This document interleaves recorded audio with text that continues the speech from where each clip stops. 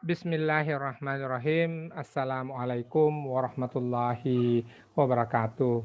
Yang terhormat Kang Wahyu Sopandi, Kang Atep, Bapak Atase di Port Moresby. Alhamdulillah wa syukrilillah wala haula wala quwata illa billahil aliyil azim. Di hari yang berbahagia ini, di mana kemudian kita mensyukuri Sumpah Pemuda yang sebahagian ya besar memilih untuk berlibur, namun kita di Bandung, di Sorong dan dari berbagai tempat kita memilih untuk berkumpul dalam majelis ilmu melalui tatap maya. Artinya bahwa kita mengisi liburan dengan justru sama-sama untuk mensyukuri Sumpah Pemuda sekaligus juga mendiskusikan satu topik terkait dengan pendidikan dasar dan nasionalisme di Indonesia. Namun begitu luasnya Indonesia kita, maka saya mengambil satu kesempatan ini untuk kemudian hanya memotret dari sisi Papua. Sebuah kehormatan bagi saya diberikan amanah oleh Kang Wahyu Supandi untuk kemudian berdiskusi dengan Bapak Ibu baik mahasiswa magister maupun mahasiswa S3 terkait dengan pendidikan dasar, dan mudah-mudahan pada kesempatan berikutnya kalau ada yang mau meneliti dengan izin Kang Wahyu, saya boleh turut sebagai pembimbing atau boleh sebagai penguji untuk terkait penelitian-penelitian yang ada di Papua. Kita lihat betapa tadi saya kemukakan betapa luasnya Indonesia, dan begitu pula Pulau Papua yang sering kita sebut dengan tanah Papua ini hanya memiliki penduduk 2 juta orang, pemilihnya 2 juta orang. Lalu kemudian tentu kalau pemilih hanya 2 juta orang yang wajib pilih, maka boleh jadi itu satu kecamatan saja di Jawa Barat. Ya, jadi tentu luas wilayah, lalu kemudian begitu pula jumlah penduduk yang belum tersebar sejauh ini. Jadi dengan luas ini. Dan alhamdulillah Pulau Papua sekarang terdiri atas 2 provinsi, yaitu Papua Barat dengan ibu kota di Manokwari, lalu kemudian yang satu lagi adalah Provinsi Papua dengan ibu kota di Jayapura. Tipikal wilayah atau geografi Pulau Papua adalah dikelilingi oleh lautan, lalu kemudian ada gunung-gunung, ada daerah-daerah tertentu, walaupun pegunungan itu didiami dan hanya dengan transportasi udara saja, tidak ada transportasi darat, ya apalagi transportasi laut untuk menuju ke daerah-daerah seperti Paniai, Wamena, Puncak Jaya, Puncak Intan, lalu kemudian daerah-daerah lainnya. Itu di Provinsi Papua.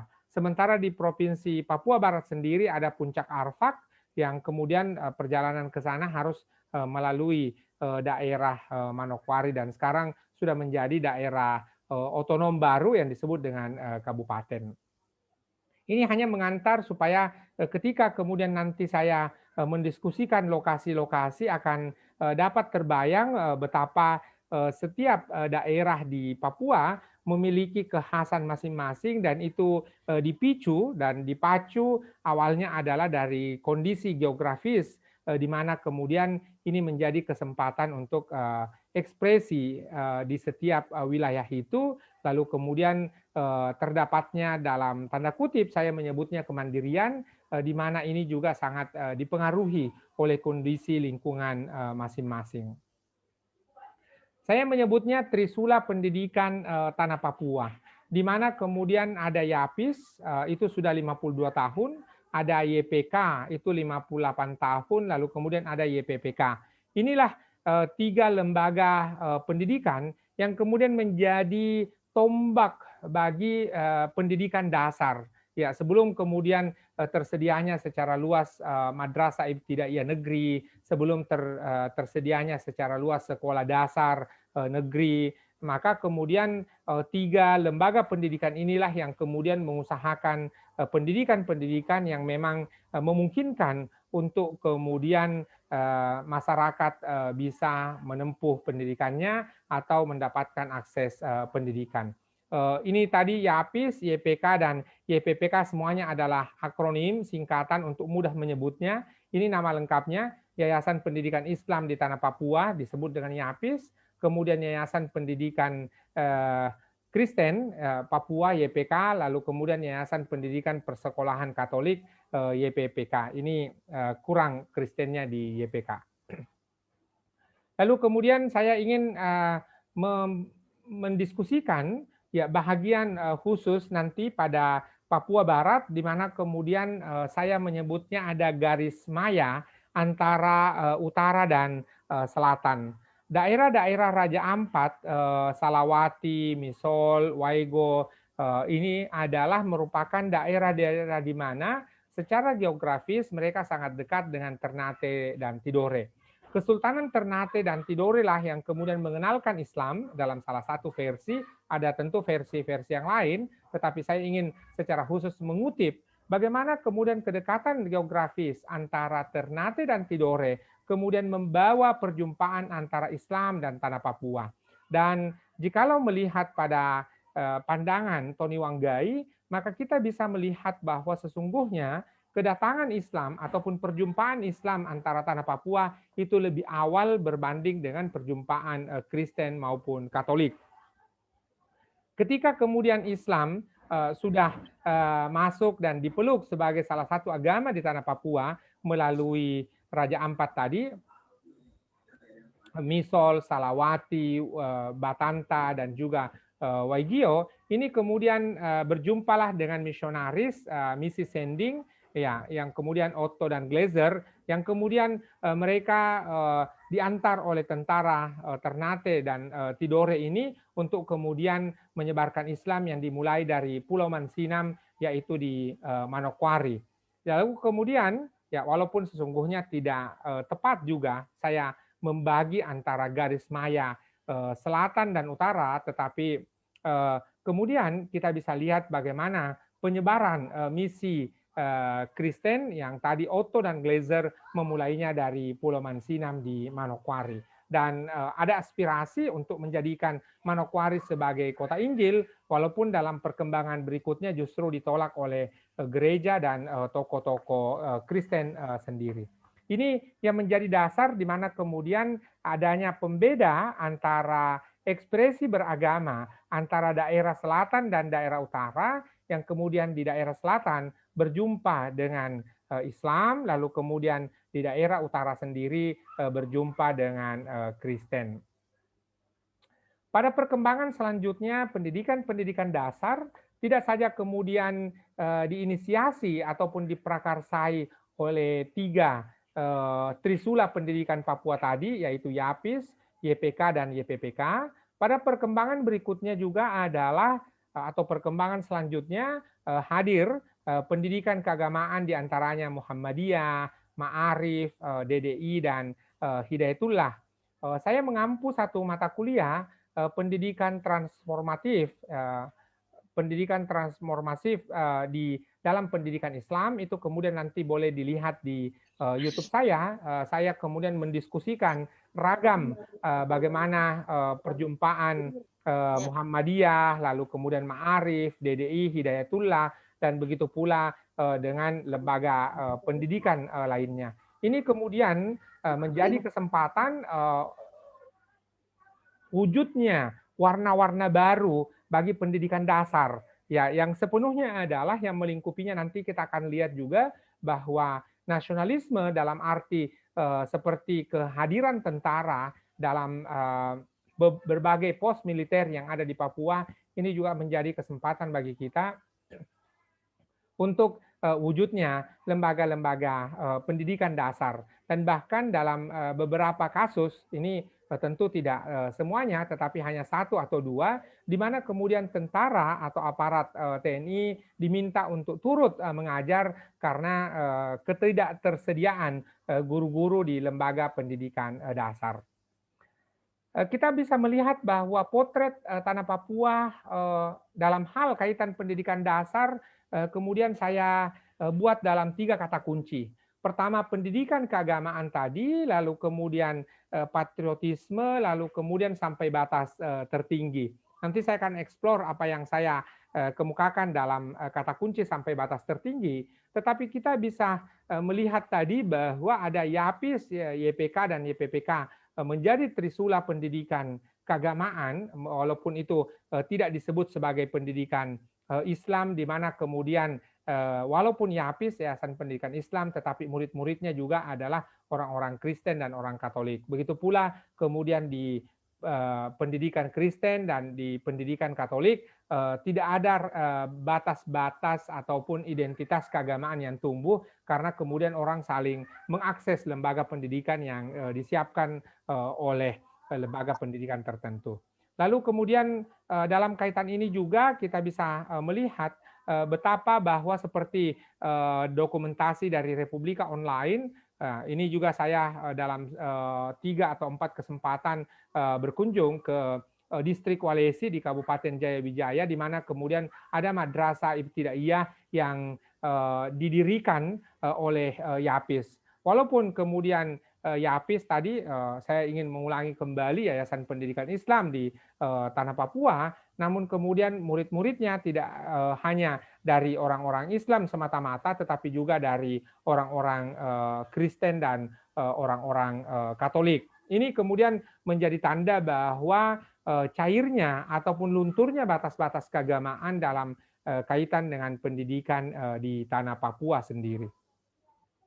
Lalu kemudian kita bisa lihat masih di Walesi ini, masih di Wamena, ya, di Jayawijaya, di mana kemudian tentara turut juga menjadi guru, bahkan mereka menjadi inisiator dan menjadi orang-orang yang senantiasa turut dalam menyediakan akses pendidikan bagi murid-murid yang ada di sana. Ini kemudian tentu menjadi sebuah kesempatan bahwa urusan pendidikan ternyata tidak hanya semata-mata diurusi oleh guru, tidak hanya diurusi oleh orang-orang yang kita berkecimpung dalam lembaga pendidikan, tetapi pada perjalanannya juga bahkan tentara sekalipun juga turut hadir dan juga turut terlibat dalam berbagai kegiatan-kegiatan seperti ini. Ini juga masih tentara yang kemudian justru mengajak murid-murid di Walesi yang tadi saya kemukakan di Madrasah Ibtidaiyah di Walesi di Puncak Jaya di Wamena ini kemudian mereka justru mendapatkan pembelajaran dari bapak-bapak yang bertugas di pos militer sana. Lalu secara khusus saya ingin mengemukakan bagaimana juga terjadinya perjumpaan antara Muhammadiyah dan Papua. Pada posisi ini kemudian dalam gambar ini Ketua Umum Pimpinan Pusat Muhammadiyah berkenan untuk kemudian meresmikan satu sekolah yang nantinya akan saya sebut sebagai Kauman Papua. Jadi kalau selama ini Kauman hanya berada di daerah-daerah pemukiman warga-warga Muhammadiyah di Jawa, maka kemudian ternyata kita bisa juga menyaksikan terdapatnya kampung warga Muhammadiyah seperti di Warmon di Kabupaten Sorong, Papua Barat, itu kemudian wujud di sini. Ini juga adalah menjadi satu concern, perhatian tersendiri dari Universitas Pendidikan Muhammadiyah Sorong, di mana kemudian mereka melakukan pembinaan-pembinaan terhadap sekolah-sekolah, ataupun kemudian mereka juga turut menyekolahkan warga Warmon untuk mendapatkan pendidikan. Ini masih yang saya sebut tadi Kauman Papua, paling tidak ada 2 wilayah di mana kemudian menjadi daerah binaan atau daerah pengabdian masyarakat oleh warga Muhammadiyah di Papua, terkhusus di Kabupaten Sorong, melalui tadi saya sudah kemukakan Universitas Pendidikan Muhammadiyah Sorong, yang kemudian mereka mengembangkan ataupun kemudian menjaga daerah yang saya sebut dengan Kauman Papua, yaitu Kampung Pulau Arar dan satu lagi Kampung Warmon. Di sini sekolah-sekolah lab school atau sekolah-sekolah laboratorium didirikan oleh Universitas Pendidikan Muhammadiyah untuk memberikan akses pendidikan kepada warga di dua kampung tersebut. Baik Kampung Warmon maupun Kampung Pulau Arar adalah dua tempat yang berbeda, yang kemudian pada selanjutnya itu justru dijadikan sebagai sekolah laboratorium oleh Universitas Pendidikan Muhammadiyah Sorong. Dan perkembangan terakhir ini adalah 5 hari yang lalu, tepatnya 23 Oktober, Universitas Muhammadiyah Papua kemudian resmi didirikan. Ya, ini merupakan transformasi dari STIKOM, Sekolah Tinggi Ilmu Komunikasi yang ada di Kota Jayapura di Provinsi Papua, lalu kemudian menjadi Universitas Muhammadiyah Papua. Sementara di Papua Barat sendiri ada Universitas Pendidikan Muhammadiyah Sorong tadi yang pertama, lalu kemudian ada Universitas Muhammadiyah Sorong, yang ketiga adalah STKIP, Sekolah Tinggi Keguruan dan Ilmu Pendidikan di Manokwari.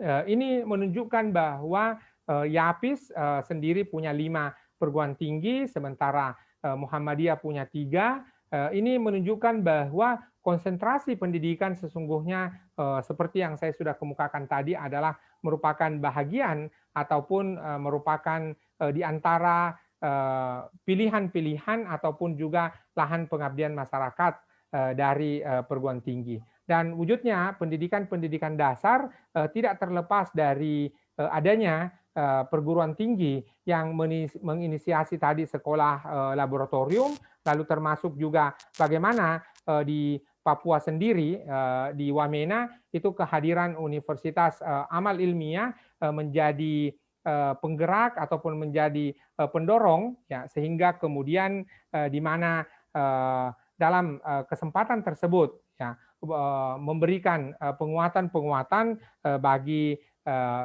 hadirnya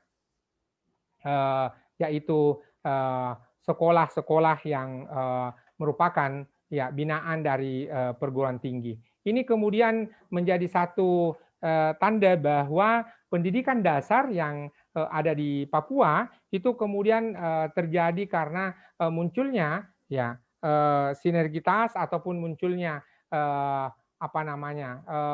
bagaimana di antara pendidikan tinggi dan pendidikan dasar sendiri tidak kemudian jalan bersimpangan, tetapi kemudian justru pada prosesnya mereka kemudian saling membantu, lalu kemudian justru inisiasi-inisiasi dari pendidikan tinggi ini kemudian memungkinkan hadirnya pendidikan dasar itu sendiri.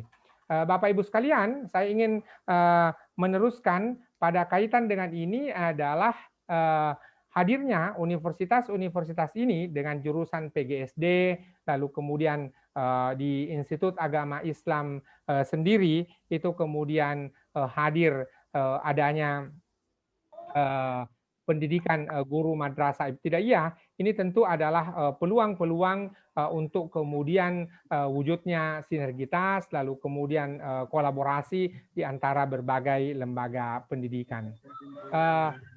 Satu lagi, ada sebuah sekolah di Namatota, di Kaimana, di selatan Papua Barat, ini kemudian dimiliki oleh YPK, ya, Yayasan Pendidikan Kristen, namun kemudian guru-gurunya justru kemudian disediakan dengan guru untuk agama Islam. Jadi suatu waktu ketika penyusunan undang-undang sistem pendidikan nasional, ada kemudian pro dan kontra terhadap kewajiban sekolah untuk menyediakan guru yang beragama sesuai dengan agama peserta didik. Namun pada perkembangan selanjutnya kita bisa melihat bahwa ternyata sebelum itu diundang-undangkan, ternyata kemudian Namatota dan berbagai sekolah yang tadi didirikan oleh YPK, YPPK, dan juga YAPIS itu kemudian sudah mewujudkan itu. Dan bahkan justru di kampung Namatota ini di Kaimana tadi justru penduduknya adalah sebahagian besar ya adalah Muslim, dan justru di sini berdiri sekolah Kristen dan yayasan pendidikan Kristen inilah yang kemudian memberikan support dukungan bagi pembelajaran, terutama pendidikan dasar untuk anak-anak di kampung Namatota tadi.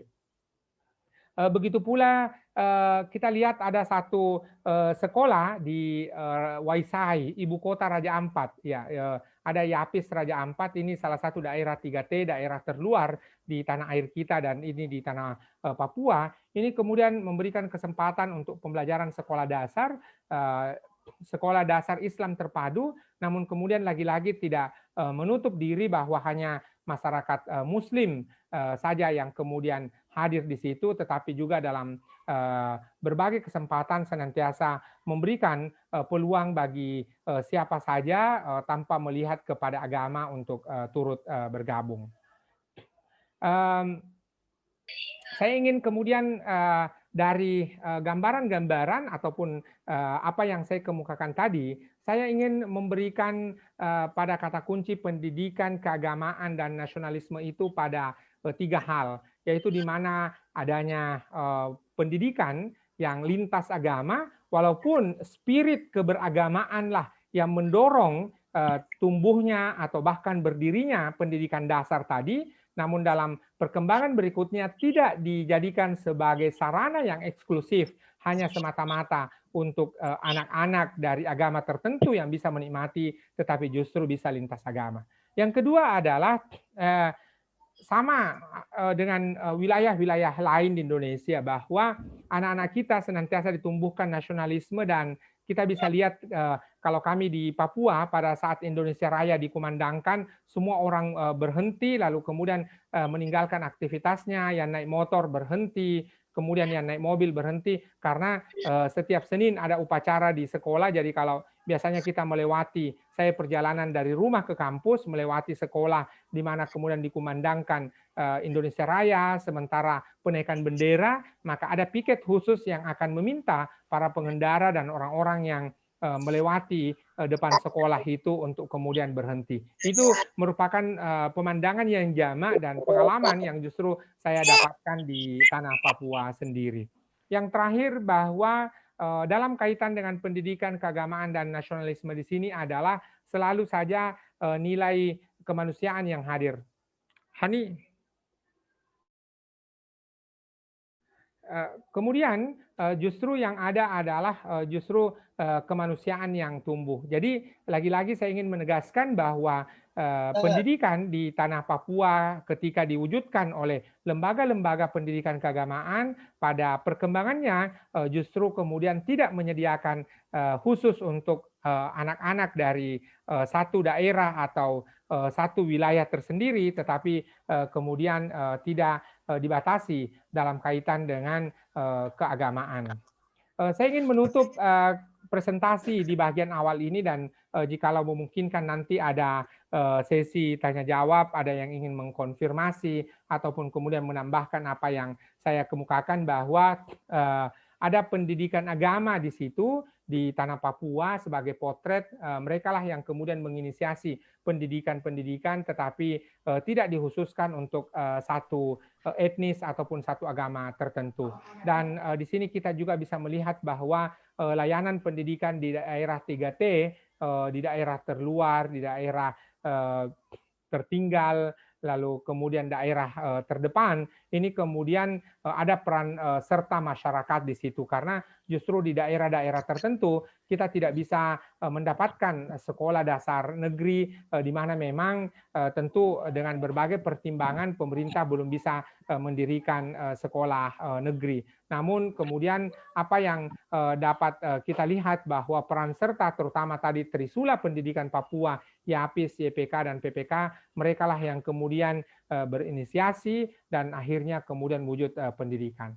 Begitu pula tentara-tentara kita ketika mereka berada di daerah tugas di batas tertinggi sekalipun, daerah puncak seperti tadi, puncak Jayawijaya, itu kemudian mereka juga turut serta dalam pengembangan pendidikan, dan itu justru tanpa honor ataupun tanpa gaji tambahan. Ketika tentara-tentara itu ditempatkan di pos militer, mereka kemudian berusaha untuk memberikan waktu lalu kemudian turut mengajar, walaupun pembelajaran yang mereka lakukan adalah pembelajaran di alam ataupun pembelajaran dalam arti baca tulis di pendidikan dasar. Karena di daerah Walesi juga ada madrasah sanawiyah negeri, tetapi dalam konteks ini para tentara yang berada di pos militer Walesi ini lebih dominan berada di pendidikan dasar. Demikian Bapak Ibu, terima kasih, sebuah kehormatan bagi saya untuk turut serta dalam kuliah umum ini, sehingga bisa memberikan perspektif bagaimana kemudian tanah Papua itu adalah sesungguhnya di mana sebagaimana wilayah NKRI yang lain adalah terdapatnya pengembangan patriotisme, hanya saja bagaimana menumbuhkan bibit-bibit solidaritas berbangsa dan bernegara ini justru dimulai dari lembaga-lembaga pendidikan keagamaan. Sebuah kehormatan bagi saya untuk turut bersama dengan Bapak Ibu di Universitas Pendidikan Indonesia ini. Tentu ketika Bapak Ketua Jurusan mengontak saya, berkomunikasi, saya langsung mengatakan iya. Paling tidak jikalau dalam paparan kuliah ini ada hal-hal yang keliru, ada hal-hal yang tidak sesuai dengan teori dalam pendidikan dasar, maka paling tidak nanti Bapak Ibu tentu mohon berkenan untuk mengoreksinya. Apalagi sudah disampaikan oleh moderator di awal tadi bahwa kepakaran saya sesungguhnya adalah berasal dari pendidikan bahasa Arab. Hanya karena ingin sama-sama belajar dengan Bapak Ibu sekalian, saya memenuhi undangan ini untuk mendiskusikan terkait dengan pendidikan dasar. Mohon maaf atas segala kekurangan. Saya kembalikan ke moderator.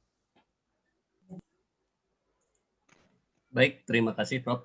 Ismail Suwardiweke yang telah memberikan pencerahan kepada kita semua, memaparkan materi yang luar biasa terkait bagaimana pendidikan di Papua yang diawali dengan adanya Trisula pendidikan di tanah Papua, mulai dari YAPI, YPK, YPPK, kemudian berkembang menjadi Muhammadiyah, perkembangan selanjutnya adanya Muhammadiyah, kemudian Ma'arif, DDI, dan Hidayatullah, kemudian masih banyak lagi yang lainnya. Dan yang penting bagi kita adalah bahwa pendidikan agama di Papua itu tidak hanya untuk agama-agama tertentu, namun diperuntukkan untuk semua orang. Juga adanya layanan SM3T yang sebenarnya ini Prof, setiap tahun dari UPI selalu mengirimkan alumni ini Prof ke tanah Papua, di antaranya Raja Ampat itu. Ada beberapa, mungkin ada juga di sini yang alumni SM3T, hanya entah di Papua atau di mana, dan mereka betul begitu pulang ke tanah air, ke tanah Jawa maksud saya, itu ceritanya memang luar biasa seperti apa yang dikemukakan Prof itu. Jadi perjuangan yang memang luar biasa di sana. Baik, Ibu Bapak yang saya hormati, masih ada waktu untuk kita berdiskusi dengan Bapak Ismail Suwardiweke ini. Oleh karena itu, saya memberikan waktu kepada Ibu Bapak untuk berdiskusi, mengajukan pertanyaan.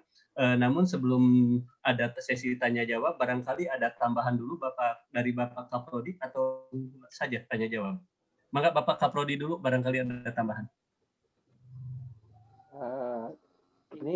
Gini, sepanjang pengetahuan saya bahwa selama ini jarang sekali atau belum pernah terlihatlah proyek tugas akhir baik S2 maupun S3 pendidikan dasar yang mencoba mengangkat tema nasionalisme ini sebagai bagian dari proyeknya. Nah, mudah-mudahan nanti dari mahasiswa ada yang berminat begitu, bagaimana misalkan memetakan rasa nasionalisme, apakah siswa sekolah dasarnya, mahasiswa PGSD-nya, gurunya, ataupun para praktisinya, sejauh mana nasionalismenya itu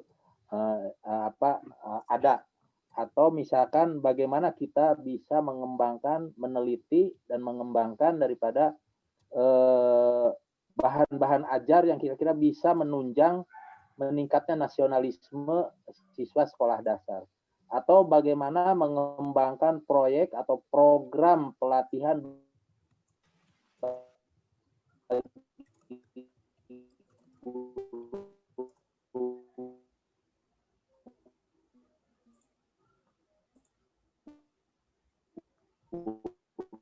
supaya bisa atau tema penelitian apa saja yang bisa dilaksanakan oleh mahasiswa baik S2 maupun S3 untuk proyek akhirnya. Mudah-mudahan ada yang klop dengan mahasiswa kita.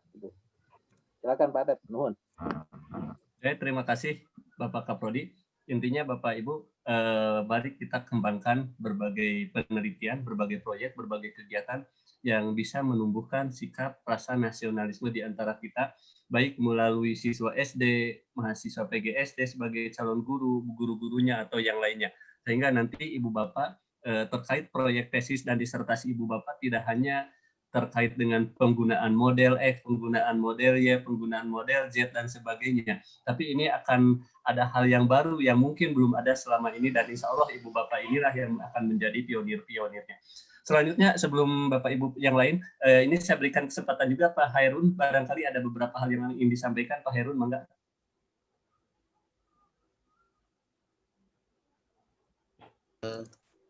Terima kasih. Assalamualaikum Pak Ismail. Apa kabar Pak Pak di Herun. Sorong Pak? Iya, Sorong dengan Port Moresby mungkin beda 1 jam ya Pak. Iya, nah. Ya, sebetulnya sebenarnya Papua ini unik ya Bapak Ibu ya, karena seperti halnya di Papua Nugini itu dulu dijajah oleh 2 bangsa, yaitu bangsa Jerman dan bangsa Inggris, sehingga kemudian mereka menarik garis lurus antara utara dan selatan. Wilayah utara dikuasai oleh Jerman, wilayah selatan dikuasai oleh Inggris, dan kemudian wilayah utara itu Jerman memperkenalkan bahasa yang disebut dengan bahasa Pidgin. Kemudian wilayah selatan Inggris itu mengembangkan bahasa Motu. Bahasa Motu adalah bahasa wilayah selatan. Dan kemudian ada sekitar 850 suku bangsa, yang bangsanya tentu bangsa Melanesia, yang sama dengan yang 2 juta yang terdapat di Provinsi Papua kita. Mereka bangsanya adalah bangsa Melanesia, tapi sukunya banyak. Sehingga kemudian Papua Nugini juga mengalami perjuangan yang amat sangat untuk menyatukan bangsanya, karena mereka sama seperti Indonesia terdiri dari banyak suku bangsa. Tercatat ada 850 suku bangsa di Papua Nugini. Akhirnya mereka mengambil jargon berbunyi one people, one nation, dan one country. Tapi tetap saja mereka harus berjuang karena ada semacam jargon di dalam bangsa Melanesia yang disebut dengan wantok. Wantok itu artinya kesukuan. Kesukuan itu sangat kental, dan setiap suku itu memiliki tanah adat atau ulayat, sehingga kemudian mereka terkotak di dalam wantok tadi dan tanah ulayat tadi. Sumber persengketaan, sumber permusuhan, dan sumber perang suku. Itu juga barangkali mungkin sangat sama dengan Papua. Jadi Bapak Ibu yang S2 dan S3 ini menarik sebenarnya. Pendidikan tentang kebangsaan, pendidikan dalam kerangka NKRI ini menarik. Makanya saya mendorong Bapak Ibu untuk kemudian mengeksplor dari tanah Papua ini, karena banyak kita pelajari. Mungkin demikian tambahan dari saya Bapak. Terima kasih. Terima kasih Pak Hairun atas tambahannya. Baik, Ibu Bapak, saya berikan kesempatan Ibu Bapak untuk bertanya pada Bapak pemateri kita terkait dengan nasionalisme ini. Mangga, saya berikan kesempatan untuk 3 penanya dulu. Mangga, silakan. Izin Pak. Ibu Rizka, mangga, Ibu Rizka Herdianti, sebutkan dari program studi dari jenjangnya S2 S3 Ibu Rizka. Ya, bismillahirrahmanirrahim. Sebelumnya terima kasih kepada Pak Atep atas kesempatannya. Saya Rizky Herdianti dari program Magister, Pak. Sebelumnya terima kasih juga kepada Prof. Ismail atas paparan materinya. Yang ingin saya tanyakan gitu ya, Pak ya. Sebelumnya saya tadi menyimak mengenai, kalau tidak salah tadi Bapak menyampaikan bahwa ada beberapa sekolah yang di mana muridnya itu bisa dari berbagai latar belakang agama gitu ya, maksudnya dari Kristen dan Islam juga gitu, dicampur seperti itu ya Pak ya.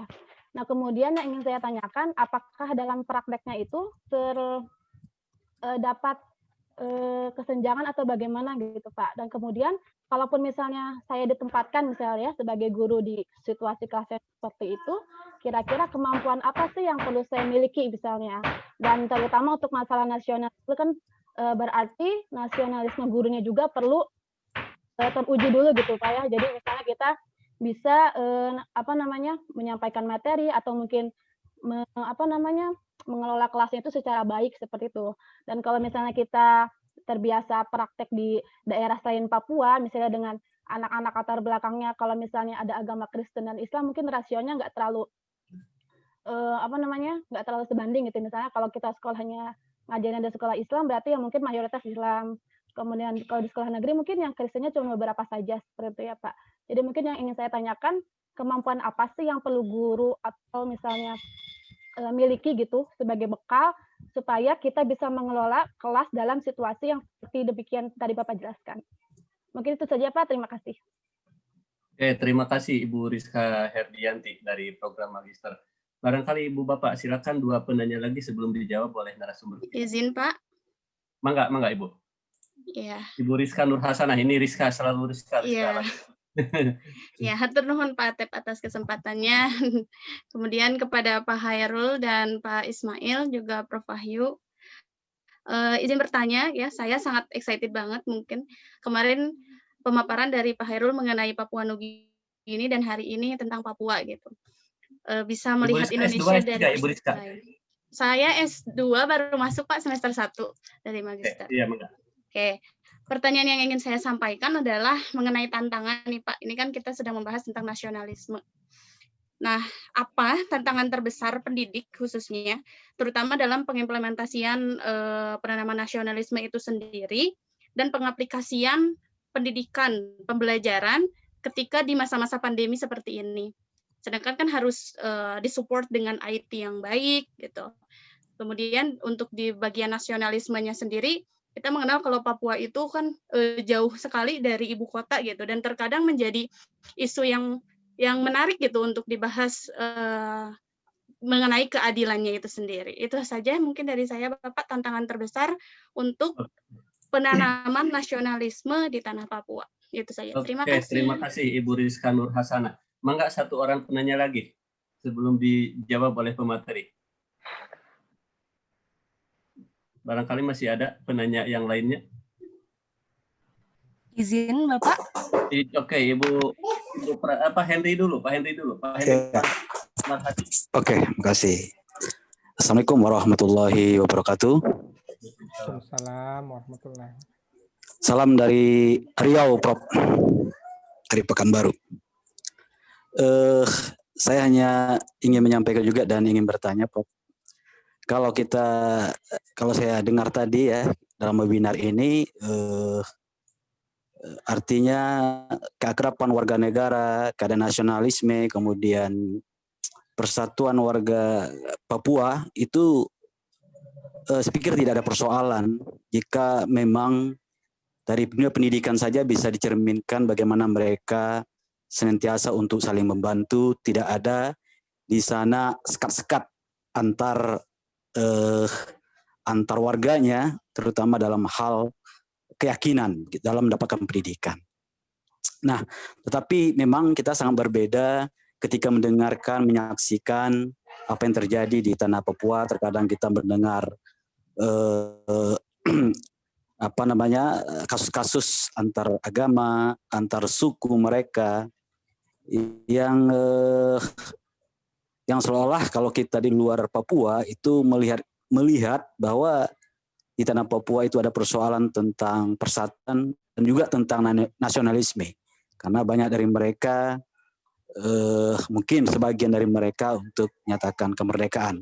Mungkin itu juga terjadi dengan Riau beberapa tahun yang lalu. Nah, itu yang pertama saya ingin membuat pernyataan Prof, bagaimana sebenarnya keadaan yang sejati di Papua. Yang kedua, Prof, saya ingin menanya bagaimana tentang kaitan kurikulum yang ada di sekolah dasar, apakah tentang wacana-wacana persatuan nasionalisme dikaitkan dengan, apakah mereka kaitkan guru-guru tersebut mengaitkan dengan kearifan lokal yang ada di tanah Papua. kearifan lokal yang ada di tanah Papua, seperti contoh bakar batu, jika terjadi perselisihan persengketaan yang ada di tengah masyarakat. Nah, apakah local wisdom ini sudah diajarkan, diintegrasikan ke dalam mata-mata pelajaran yang ada di tanah Papua? Mungkin itu Prof yang dapat saya sampaikan. Assalamualaikum warahmatullahi wabarakatuh. Terima kasih. Waalaikumsalam warahmatullahi wabarakatuh. Mangga kepada penyaji untuk dijawab dulu pertanyaannya. Yang pertama dari Ibu Rizka Herdianti, kemudian Ibu Rizka Nurah Hasanah, dan Bapak Hendi Mahardi. Untuk penanya berikutnya barusan Ibu Pratiwi, nanti insya Allah ada sesi kedua. Maka Ibu Bapak pemateri untuk memberikan penjelasan lebih lanjut terkait Hatur pertanyaan. nuhun Kang Atep, Bapak Ibu yang sudah turut menyimak. Yang pertama tadi dari tanggapan Ibu Rizka. Terima kasih Bu Rizka sudah memberikan beberapa hal. Saya ingin memberikan tambahan bahwa karena tadi keterbatasan sarana pendidikan, maka lembaga-lembaga pendidikanlah yang kemudian menginisiasi pendidikan dasar. Lembaga-lembaga keagamaanlah yang menginisiasi pendidikan dasar. Tadi YPK, YAPIS, dan IPPK. Walaupun demikian diinisiasi oleh lembaga keagamaan, namun kemudian sekali lagi tidak dikhususkan hanya bagi agama tertentu seperti YAPIS. Bahkan ini adalah sekolah yang didirikan oleh Yayasan Pendidikan Islam di Tanah Papua, namun dalam perkembangannya justru kemudian di daerah-daerah tertentu seperti di Wamena, Jayapura, justru kemudian mayoritas murid-muridnya adalah justru berasal dari non-Muslim. Namun demikian menjadi tanggung jawab YAPIS, tanggung jawab YPK, dan juga IPPK untuk menyediakan guru agama bagi mereka. Ya, jadi setiap murid itu kemudian dihadapi oleh guru agama yang seiman dengan mereka. Jadi tidak memungkinkan untuk kemudian seorang yang beragama Islam mengajarkan agama lain, karena tentu pada rasa imannya yang akan berbeda. Boleh jadi pada kemampuan kognitifnya itu akan dapat dikuasai, tetapi pada kemampuan rasanya itu yang akan berbeda. Lalu kemudian sekolah-sekolah ini sebagian besar karena ada di antara para murid-murid itu tidak mampu untuk membayar, maka sebuah kebahagiaan terbesar bagi lembaga-lembaga ini jikalau mereka sudah bisa dan mau sekolah. Ya, artinya urusan uang, urusan SPP ataupun urusan pembiayaan tadi itu sepenuhnya diinisiasi oleh lembaga-lembaga pendidikan tadi. Karena kalau mau dibebankan kepada anak-anak itu, mereka kemudian akan angkat tangan, give up untuk sekolah. Dan ketika kemudian hanya gara-gara soal uang, gara-gara soal SPP yang membuat mereka berhenti untuk sekolah, maka ini adalah tentu kecelakaan kita sebagai buah bangsa untuk menyediakan pendidikan dasar.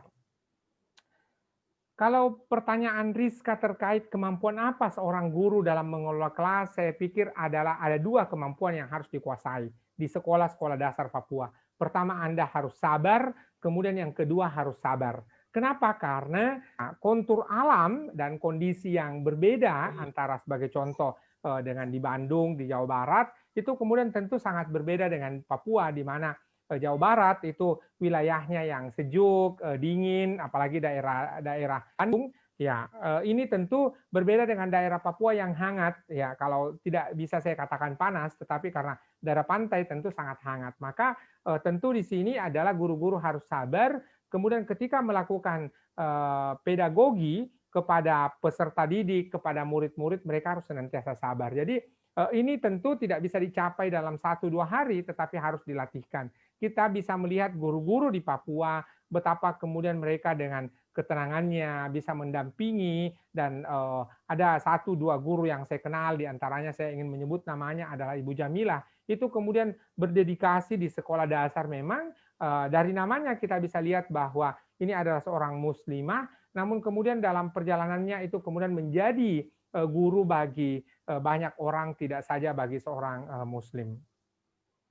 Yang kedua dari Ibu Rizka Nur Hasanah, ya, tantangan yang menjadi masalah hari ini adalah, termasuk nanti juga akan saya kemukakan dengan Pak Henry, bahwa kadang-kadang masalah kecil di Papua itu kemudian harus sampai ke New York, harus sampai ke Australia dan sebagainya. Ini kadang-kadang yang menjadi tantangan di kita, karena ada orang mabuk, orang mabuknya adalah Protestan, lalu kemudian yang dipukuli adalah Muslim, itu akan menjadi satu masalah di koran-koran ataupun di media-media. Maka kemudian tantangannya adalah karena ini murni merupakan kriminal, maka tentu tidak bisa dikait-kaitkan dengan soal Islam maupun Protestan maupun Katoliknya. Dan ini tentu tantangan kita untuk meredam soal rasa keagamaan tadi yang ketika kemudian tidak bisa memang ditempatkan pada konteks kriminal, karena tentu seseorang yang melakukan kriminal bukan didorong oleh etik keagamaannya, tetapi semata-mata itu adalah tindakan individualnya. Dan jikalau media massa berhasil menggoreng masalah ini akan menjadi sebuah masalah besar. Itu tantangannya. Lalu kemudian pendidikan Papua di masa pandemi ini, ada daerah-daerah yang alhamdulillah seperti Manokwari, SMP Yapis di sana, SD Yapis di sana, tetap melaksanakan pembelajaran jarak jauh dan juga menggunakan aplikasi Zoom. Alhamdulillah dalam satu kesempatan saya kemudian bersama-sama dengan kepala sekolahnya melakukan pengajian setiap Sabtu. Alhamdulillah tidak ada masalah. Namun bagi orang yang terkendala masalah pulsa, orang yang terkendala masalah kemudian gadget, terkendala masalah laptop, itu kemudian mereka diberikan kesempatan untuk datang ke sekolah, dan ada beberapa ruangan dengan maksimal peserta didik itu 5 orang saja, itu kemudian mereka boleh berada di sekolah itu. Jadi tetap dilakukan pembelajaran jarak jauh, pada saat yang sama adalah tetap ada alternatif kedua. Alternatif yang ketiga seperti di daerah Kota Sorong, itu kemudian materi belajar itu di print, dan ini adalah usaha dari Dinas Pendidikan, maka kemudian orang tua maupun murid itu kemudian mengambil materi-materi belajarnya di sekolah, itu kemudian mereka kerjakan dan laksanakan selama sepekan. Alternatif yang lain adalah di mana kemudian melalui televisi lokal yang disebut dengan merek CWM, itu kemudian melaksanakan program bersama dengan Dinas Pendidikan, yang pada akhirnya apa yang terjadi adalah ada materi-materi belajar yang disiarkan di seantero Kota Sorong, itu kemudian dengan menggunakan televisi lokal.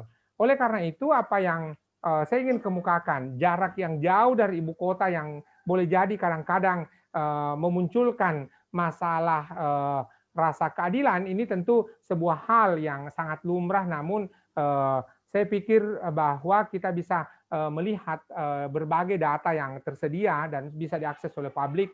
Salah satu daerah yang mendapatkan dana insentif otonomi khusus adalah Papua. Dengan demikian maka tentu perlakuan yang sama atau bahkan perlakuan yang lebih baik justru didapatkan oleh Papua. Dan nanti mudah-mudahan ada kesempatan-kesempatan berikutnya kita akan mendiskusikan bagaimana terkait dengan otonomi khusus, tetapi tidak dalam forum ini. Namun kemudian saya ingin mengungkapkan bahwa pendidikan dasar, dalam hal ini pendidikan juga secara umum, itu menjadi concern, menjadi perhatian terkait dengan otonomi khusus itu.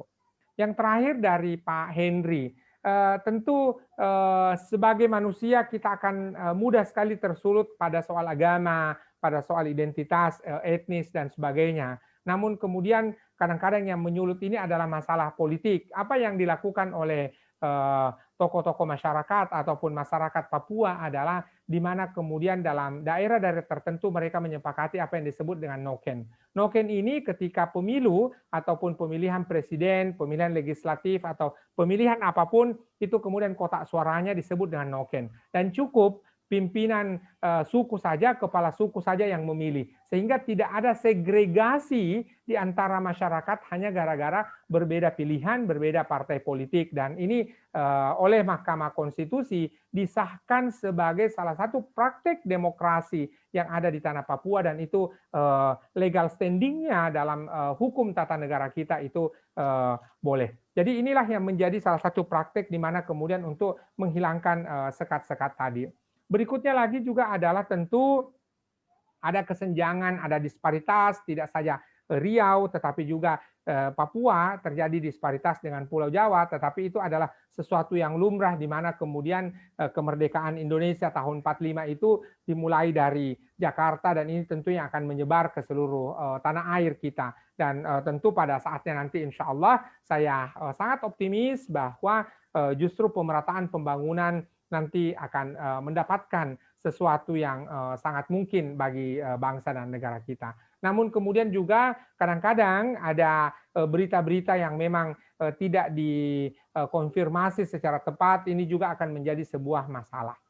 Yang terakhir adalah terkait dengan kearifan lokal, di mana kemudian bakar batu dan sebagainya tidak diajarkan, tetapi itu adalah merupakan praktek, termasuk adalah kesediaan menerima tetangga kita yang berbeda agama. Ini adalah pembelajaran by living value, nilai yang hidup, bukan lagi sekedar diajarkan, karena tentu dalam konteks berbangsa dan bernegara kita ada kurikulum yang menjadi panduan umum bagi kita, namun tentu juga guru perlu melakukan akselerasi terkait dengan ini. Demikian Ibu Rizka, lalu kemudian ada Ibu Rizka Nurhasana dan Pak Henry, sedikit banyaknya terkait dengan respon atas pertanyaan Ibu berdua dan Pak Henry. Saya kembalikan ke Kang Atep.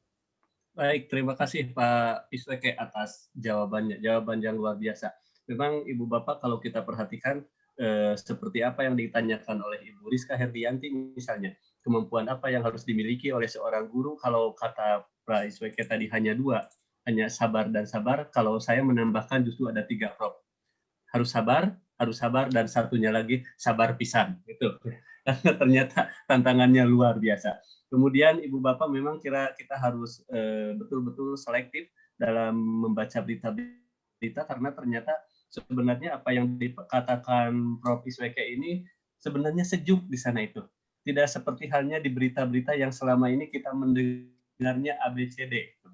Jadi betul kita harus cross check lagi sebenarnya seperti apa yang terjadi. Baik, Ibu Bapak masih ada waktu. Silakan tadi Ibu Pratiwi yang akan mengajukan pertanyaan. Baik Bapak, mohon maaf sebelumnya. Mohon maaf sebelumnya saya tidak bisa menyalakan kamera karena ketidakstabilan koneksi. Terima kasih kepada Bapak Ismail atas pemaparannya. Saya mohon izin untuk memberikan pertanyaan. Di salah satu artikel di kanal Media Indonesia pernah diberitakan bahwa butuh solusi yang luar biasa untuk meningkatkan sektor pendidikan di Papua. Bukan hanya karena ketertinggalan sarana prasarana, melainkan mindset masyarakat yang belum menempatkan pendidikan sebagai prioritas tertinggi.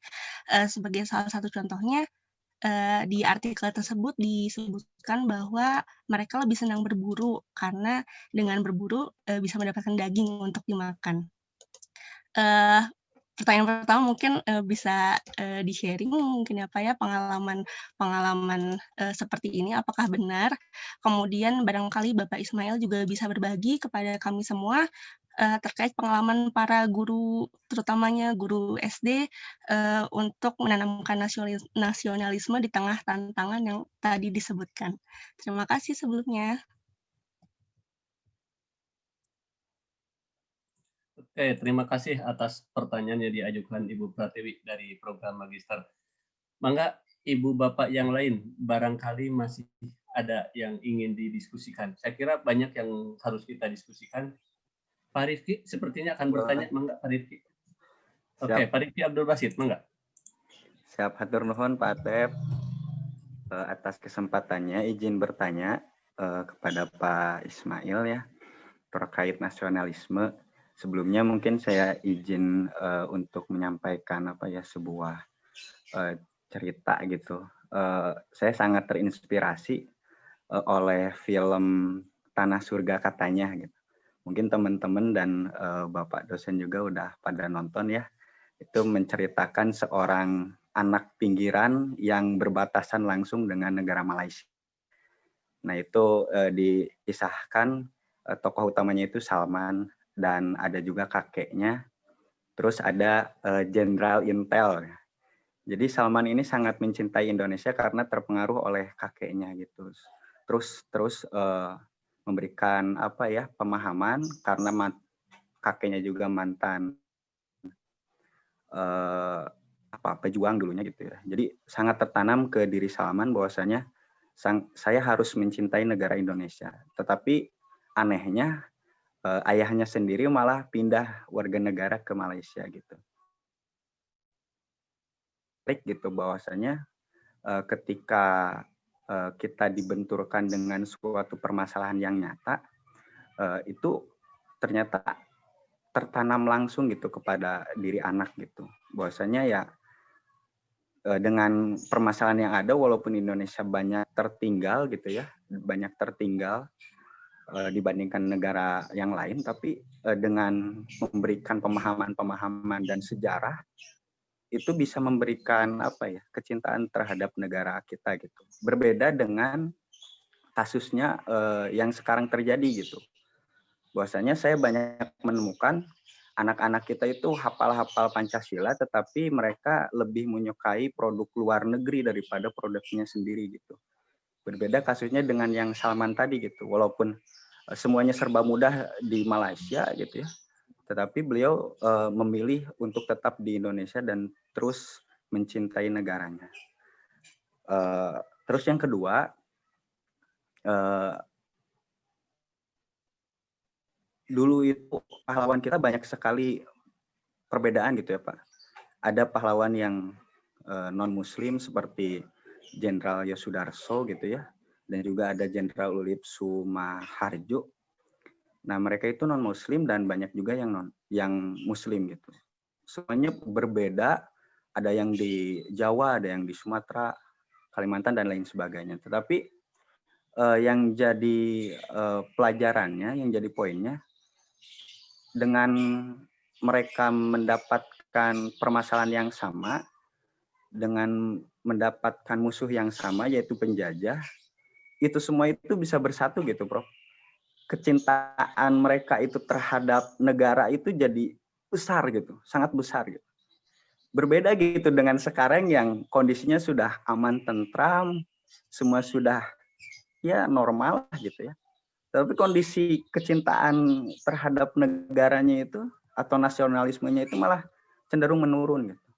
Bahkan banyak sekali konflik yang sifatnya itu berbenturan gitu terhadap yang sifatnya sesama gitu, sesama warga negara.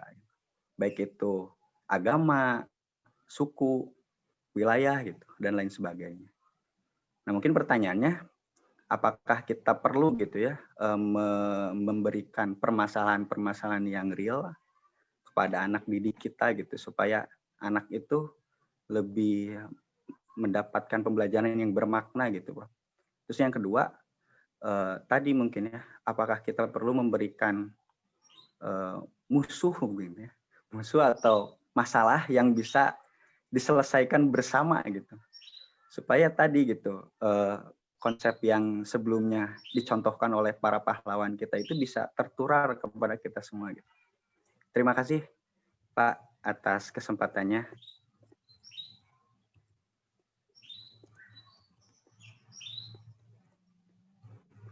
Terima kasih Kang Rifki Abdul Basit.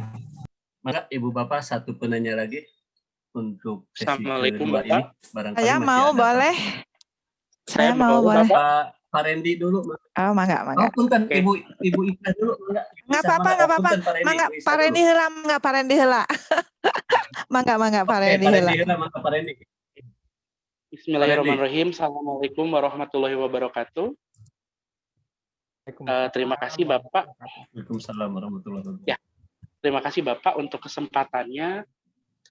Saya sangat tergugah Pak dengan topik hari ini, yaitu berkaitan dengan nasionalisme ya Pak, berkaitan dengan isu yang sangat sensitif, yang banyak gitu kan, yang apa ya, isu sangat sensitif yang banyak sebetulnya ke arah yang bisa dijadikan sebagai alat disintegrasi bangsa seperti itu Pak. Saya tertarik Pak dengan beberapa isu yang kemarin Pak, salah satunya itu mungkin teman-teman di sini dan Ibu Bapak juga sudah sangat familiar dengan kemarin peristiwa di sidang umum PBB ya, di mana diplomat Indonesia tidak hanya Ibu Silvani Pasaribu kebetulan yang pada waktu itu mendapatkan hak untuk menjawab, tapi juga beberapa juga ada seperti Ibu Nara Rahmatia, kemudian saya ingat juga ada Ibu Aini Nuran yang memberikan hak jawab Indonesia terhadap isu-isu separatisme di Papua gitu. Nah, salah satu isu yang dilemparkan itu adalah terkait dengan pemerataan hasil-hasil pembangunan gitu, Pak. Tapi yang saya tahu, Pak, data dari data yang dikeluarkan oleh Badan Pembangunan Nasional justru di sini Papua itu merupakan salah satu provinsi di Indonesia yang pembangunannya itu sangat masif gitu kan, diukur dari beberapa aspek, misalkan dari baik panjang jalan yang telah dibangun, kemudian kemudian dari segi infrastruktur gitu kan, kesehatan atau misalkan hak untuk memperoleh pendidikan yang layak itu sangat tinggi dibandingkan dengan daerah-daerah provinsi lain di Indonesia. Nah, tapi kenapa gitu Pak dalam hal nasionalisme ini gitu Pak, orang-orang Papua yang which is rumpunnya adalah bangsa Melanesia, sepertinya gitu Pak, nasionalismenya ini harus ada yang harus lebih dibentuk atau dipupuk. Faktor apakah ini gitu? Nah, kemarin saya berbincang juga dengan salah seorang putra asli Papua menyebutkan bahwa sebetulnya banyak juga yang belum teredukasi orang-orang Papua ini gitu kan, tinggal di pedalaman, di pegunungan, yang which is ini menyulitkan juga gitu akses informasi yang masuk gitu Pak. Mungkin pertanyaan saya seperti itu Pak gitu, kira-kira hal apakah yang sekiranya itu menjadi kendala Pak dalam menanamkan nilai-nilai nasionalisme ini terhadap anak didik kita gitu Pak di daerah Papua sana. Terima kasih Pak.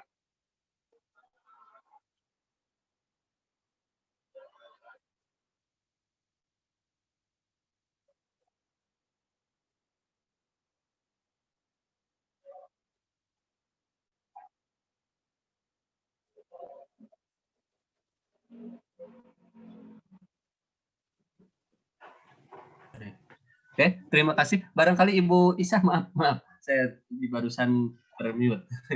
Mangga Ibu Isah untuk menyampaikan pertanyaannya.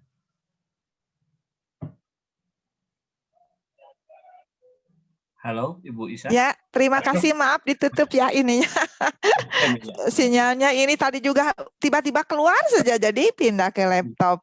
Ya, terima kasih Pak Wikeke. Jadi bagus sekali ya tentang perkembangan Papua. Saya pernah ke sana dan saya diminta untuk menjadi konsultan untuk pendidikan humaniora dan mau dikontrak oleh perusahaan Inggris untuk tinggal di sana.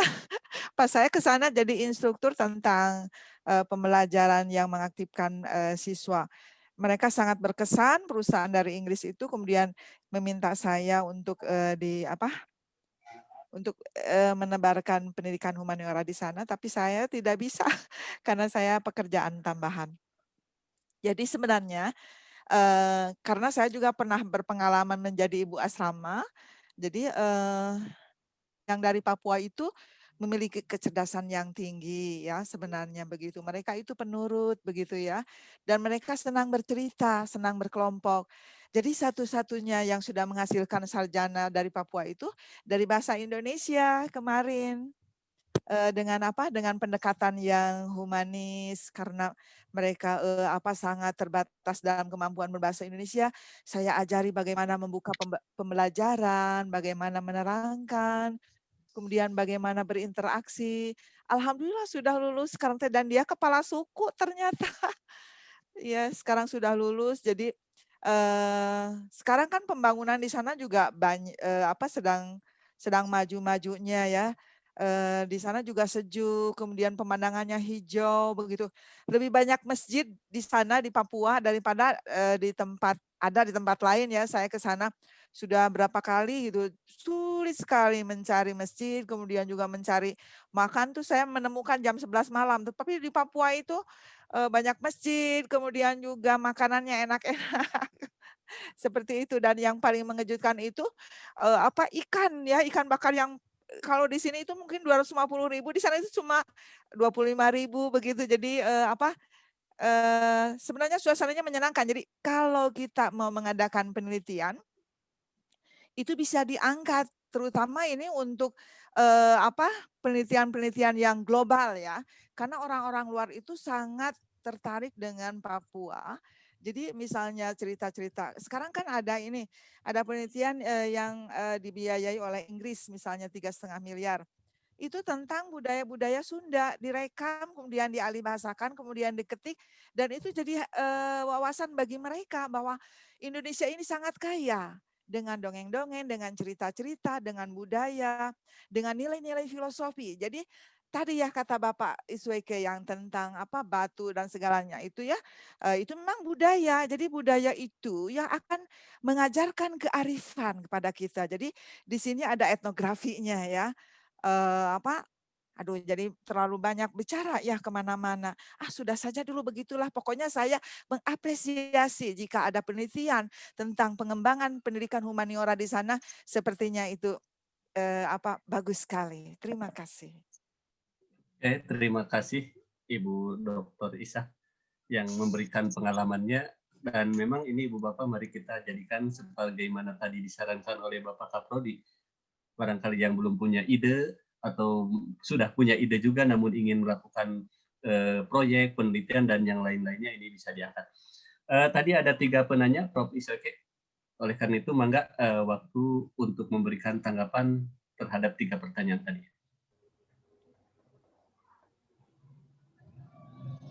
Terima kasih Kang Atep, hatur nuhun Bapak Ibu sekalian. Alhamdulillah senang bisa dapat keluarga baru sore hari ini dari pendidikan dasar, baik yang sementara menyelesaikan magister maupun menyelesaikan pendidikan doktor. Mudah-mudahan Bapak Ibu sekalian segera dapat menyelesaikan kuliahnya, bisa selesai tepat waktu atau selesai pada waktu yang tepat. Dua-duanya adalah tentu berdasarkan kemampuan, kondisi, dan bagaimana keadaan kita masing-masing. Bapak Ibu sekalian, yang pertama dari Pratiwi. Tentu inilah kondisi alam Pratiwi di Papua, di mana kemudian kalau guru tidak ada, tentu murid-murid mereka lebih senang pergi bertani, berburu, membantu orang tua. Namun kemudian mereka memilih itu bukan karena itu satu pilihan satu-satunya. Tetapi ketika kemudian kesempatan untuk kuliah, alhamdulillah dengan otonomi khusus nanti juga sekaligus merespon apa yang dia katakan oleh Randy, bahwa memang dengan adanya otonomi khusus anak-anak Papua sekarang mulai kuliah ke luar negeri, mulai kuliah ke UPI, ke ITB dan sebagainya. Apalagi ada program-program afirmasi yang dibuat oleh Kementerian Pendidikan, dalam hal ini ada Adik Afirmasi Pendidikan Tinggi Indonesia. Itu kemudian satu inisiatif, dan ini adalah semakin mendekatkan kita. Kalau memang ada jarak, maka jarak geografi boleh jadi jauh, tetapi kita kemudian semakin dekat secara emosional. Lalu guru-guru SD sesungguhnya adalah dalam kondisi mereka kurang lebih sama dengan pendidikan dasar di Indonesia. Tetapi apa yang menjadi tantangan tadi, bahwa karena kondisi alam kita yang pegunungan, pantai dan sebagainya, maka dituntut kemampuan kesabaran yang tidak saja yang saya kemukakan tadi berlipat ganda, tapi boleh harus triple ganda seperti yang dikemukakan oleh Kang Atep. Jadi sesungguhnya apa yang dilakukan kita semua di Papua ini adalah, saya sendiri sangat bersyukur Allah memberikan kesempatan saya untuk menginjakkan kaki ke tanah Papua. Ini adalah tahun ke-10 saya menjadi dosen di Papua, di mana kemudian justru ketika saya di Makassar, di Malaysia, hanya hidup berdampingan dengan sesama Muslim. Apa yang terjadi ketika kita sesama Muslim? Yang terjadi adalah perbedaan Syiah Sunni, antara NU, Muhammadiyah, dan sebagainya. Tetapi ketika saya berada di Papua, justru tetanggaan dengan orang Katolik, tetanggaan dengan orang Protestan, bahkan diundang untuk kemudian menghadiri Natal dan sebagainya. Tentu ini adalah perlu diskursus ataupun dialektika tersendiri, sehingga kita bisa berada di tengah-tengah, tetap menjadi orang moderat tanpa mengorbankan iman kita.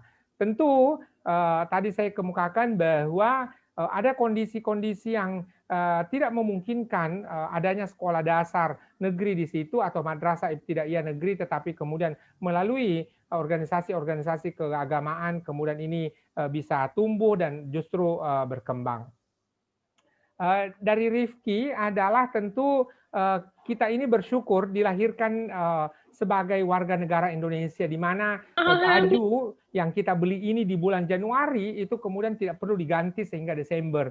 Berbanding kalau kita di negara-negara yang 4 musim, baju yang ada di bulan Januari itu kemudian harus segera diganti karena pergantian musim.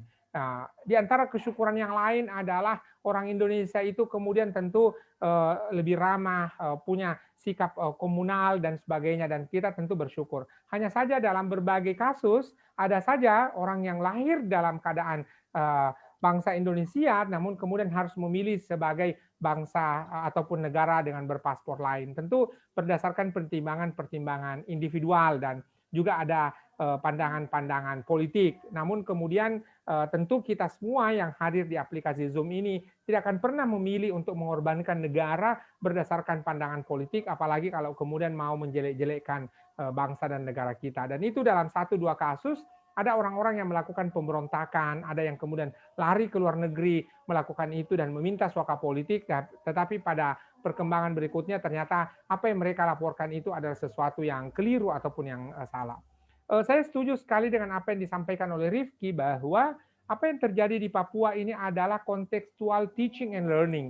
Dalam bahasa kita tadi disebut pembelajaran bermakna, bahwa hidup berdampingan, berbeda agama, lalu kemudian berbeda budaya, itu justru memberi kesempatan bagi kita untuk memaknai kehidupan itu sendiri. Melihat orang lain dari diri kita sendiri bahwa perbedaan itu adalah sesungguhnya keniscayaan dan nilai hakiki dari kehidupan itu sendiri. Tanpa perbedaan, maka dunia ini tentu tidak akan berlangsung. Bahkan Tuhan sendiri dalam Al-Quran menyatakan bahwa tidak mungkin manusia itu dijadikan sebagai ummatan wahidah, sebagai umat yang satu, karena justru dengan perbedaan-perbedaan ini akan menjadi uji keimanan kita untuk kemudian kita memaknai kehidupan itu sendiri.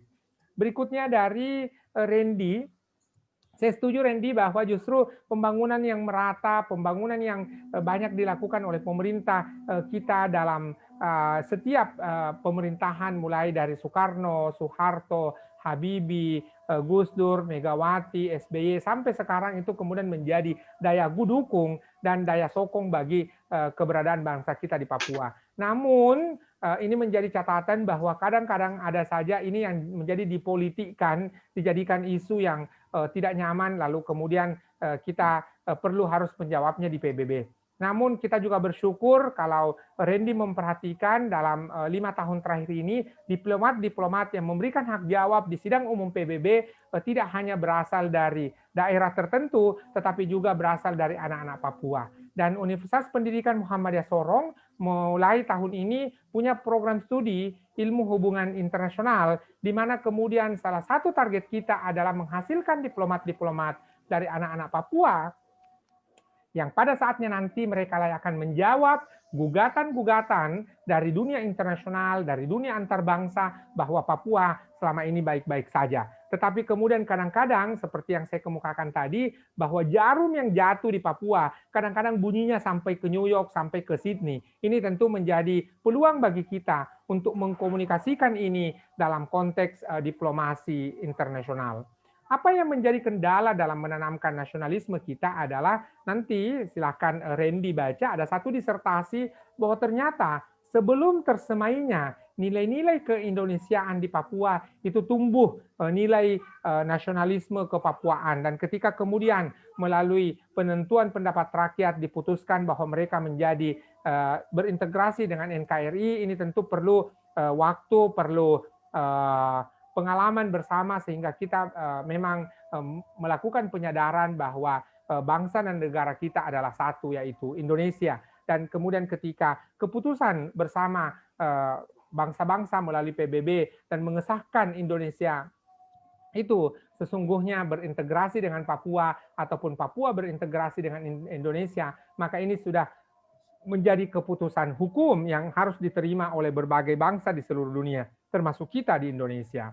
Yang terakhir dari Ibu Dr. Isa Cahyani, terima kasih Ibu. Saya kira ini akan menjadi satu kesempatan bagi kita untuk melakukan penelitian pendidikan dasar yang frontier, ada pertemuan-pertemuan tidak hanya terkait topik pendidikan dasar, tetapi ada pendidikan humaniora di situ. Begitu pula bagaimana praktik budaya, kearifan lokal yang tumbuh dari praktik-praktik budaya yang senantiasa memang tidak lagi diajarkan tetapi dialami. Saya terakhir ingin berbagi cerita.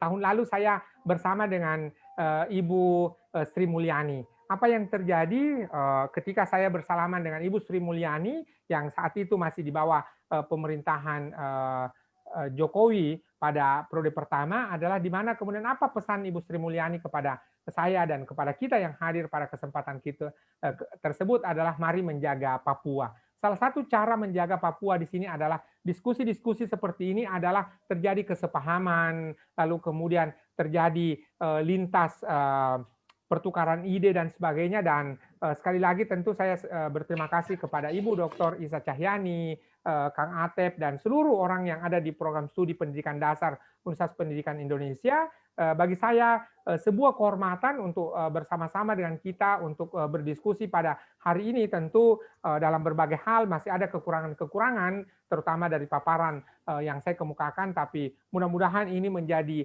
awal di mana kita dapat melakukan pertemuan-pertemuan sehingga pada akhirnya dapat melakukan pengembangan penelitian dalam program magister dan doktor. Mohon maaf atas segala kekurangan, saya kembalikan ke Kang Atep.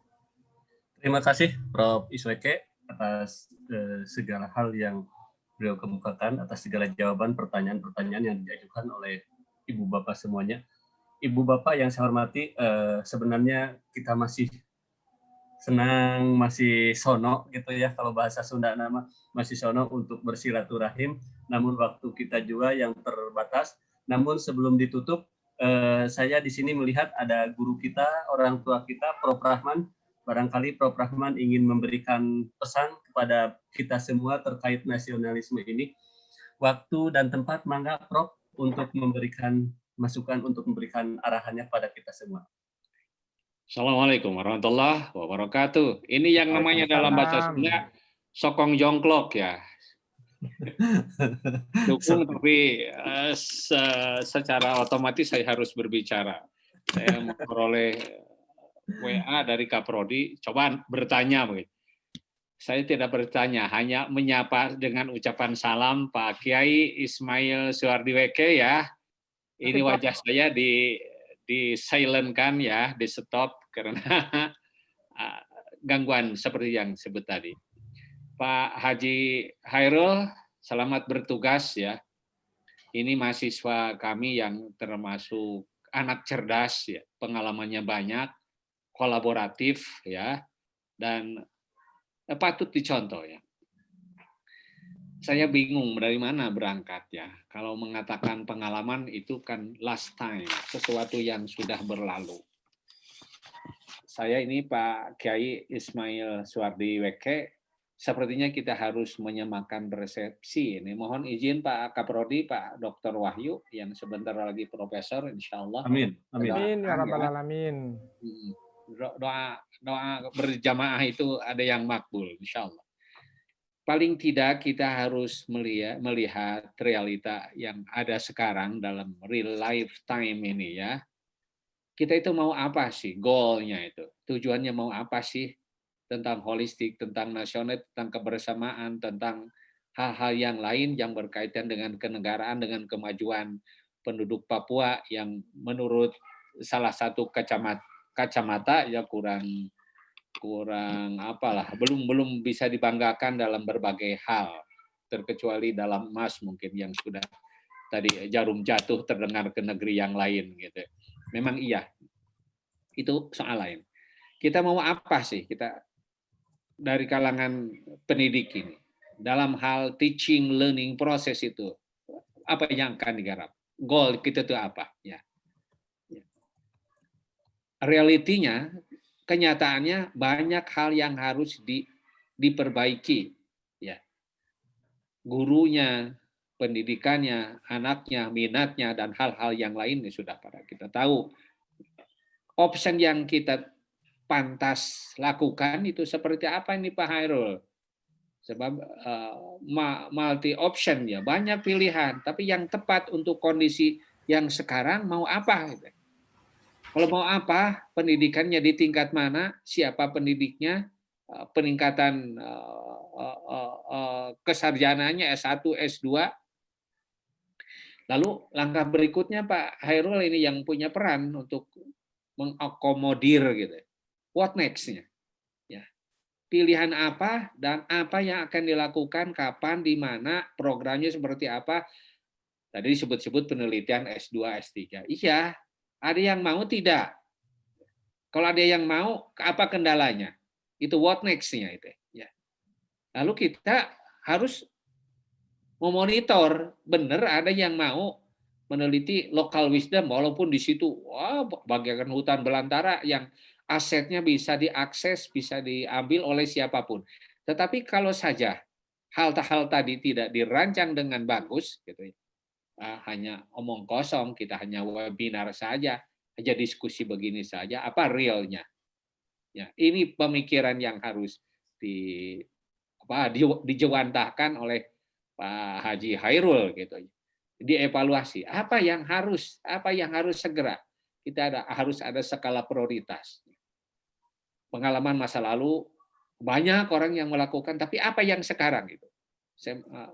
Kalau saya menyingkat ya, kira-kira kata kuncinya itu grow me-nya.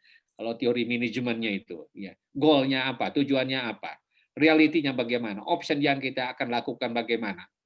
Mahasiswa, selain mahasiswa, dosen juga yang lainnya. Optionnya yang seperti apa, yang real. What next, kapan, di mana, kapan mulainya, lalu pemantauannya, monitoringnya, dan kita evaluasi. Kita gampang untuk mengadakan sesuatu, tetapi kalau hal tadi diabaikan, kita akan berpikir kemana-mana. Ini saya bersyukur ada Kiai Pak Haji Ismail WK ya.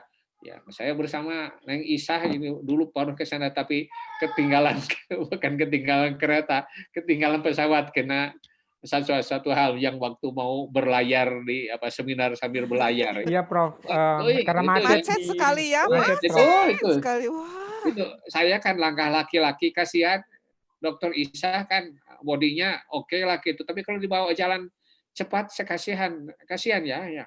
Saya jalan cepat bisa, ya kasihan wanita. Aduh, lari-lari saya kan lari dia ketinggal. Ini hal-hal yang sunatnya begitu ya. Atep juga ya, Dokter Atep ini anak yang muda yang bisa terus berkiprah bersama kami ya. Dokter Isa juga kami ajak-ajak coba ya, kalau ada pikiran coba kita besarkan Pendas gitu ya. Di situ juga kan ada yang dari Pendas ini Pak Hairul ya. Yang lain-lainnya tidak saya sapa karena banyak ya dibesarkan ini ya. Ibu Dewi Kurniasi gitu, siapa ini, Kaprodi Pak Wahyu disuruh potong rambut pulang umroh atau apaan ini ya, karena kita lockdown ya. Rizka ya, Citra, ini generasi yang mempunyai potensi yang amat ya. Rani, Pera, siapa, Yuni, Siti, Ahmad, Ahmad Rosyidi ya, Rizka, siapa lagi ya nih, banyak lagi ya, Ayu juga ada ya. Pokoknya itulah Pak Haji Hairul, kira-kira kita grow me-nya seperti apa gitu ya.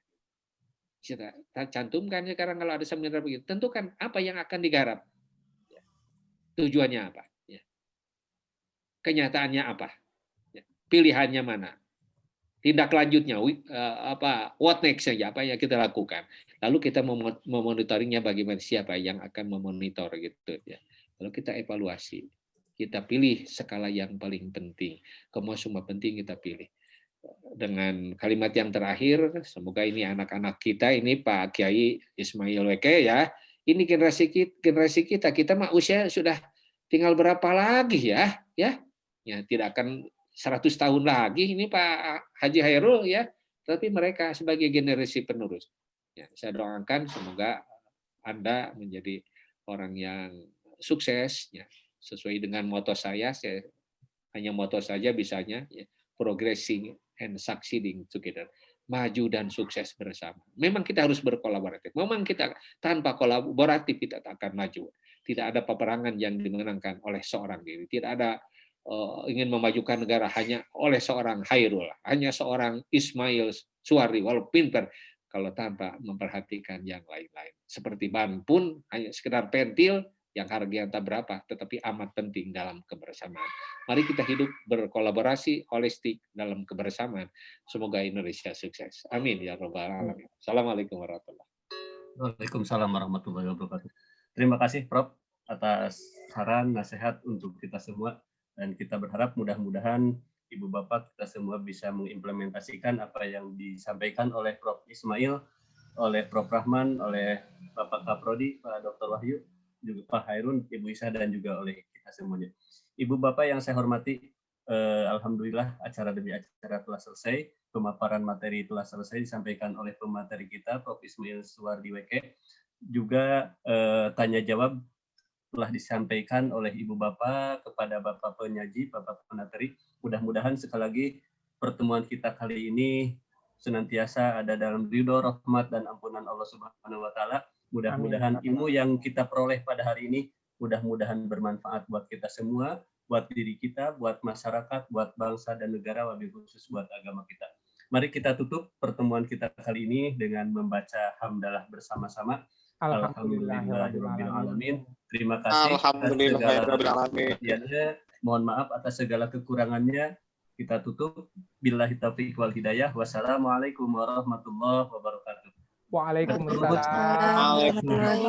Waalaikumsalam warahmatullahi wabarakatuh. Terima kasih banyak. Terima kasih banyak Kang Atep, Waalaikumsalam warahmatullahi Kang wabarakatuh. Wahyu, dan semuanya Pak Hairun. Saya sudah kirim WA saya. Terima kasih. Iya, Pak. Assalamualaikum warahmatullahi wabarakatuh. Waalaikumsalam.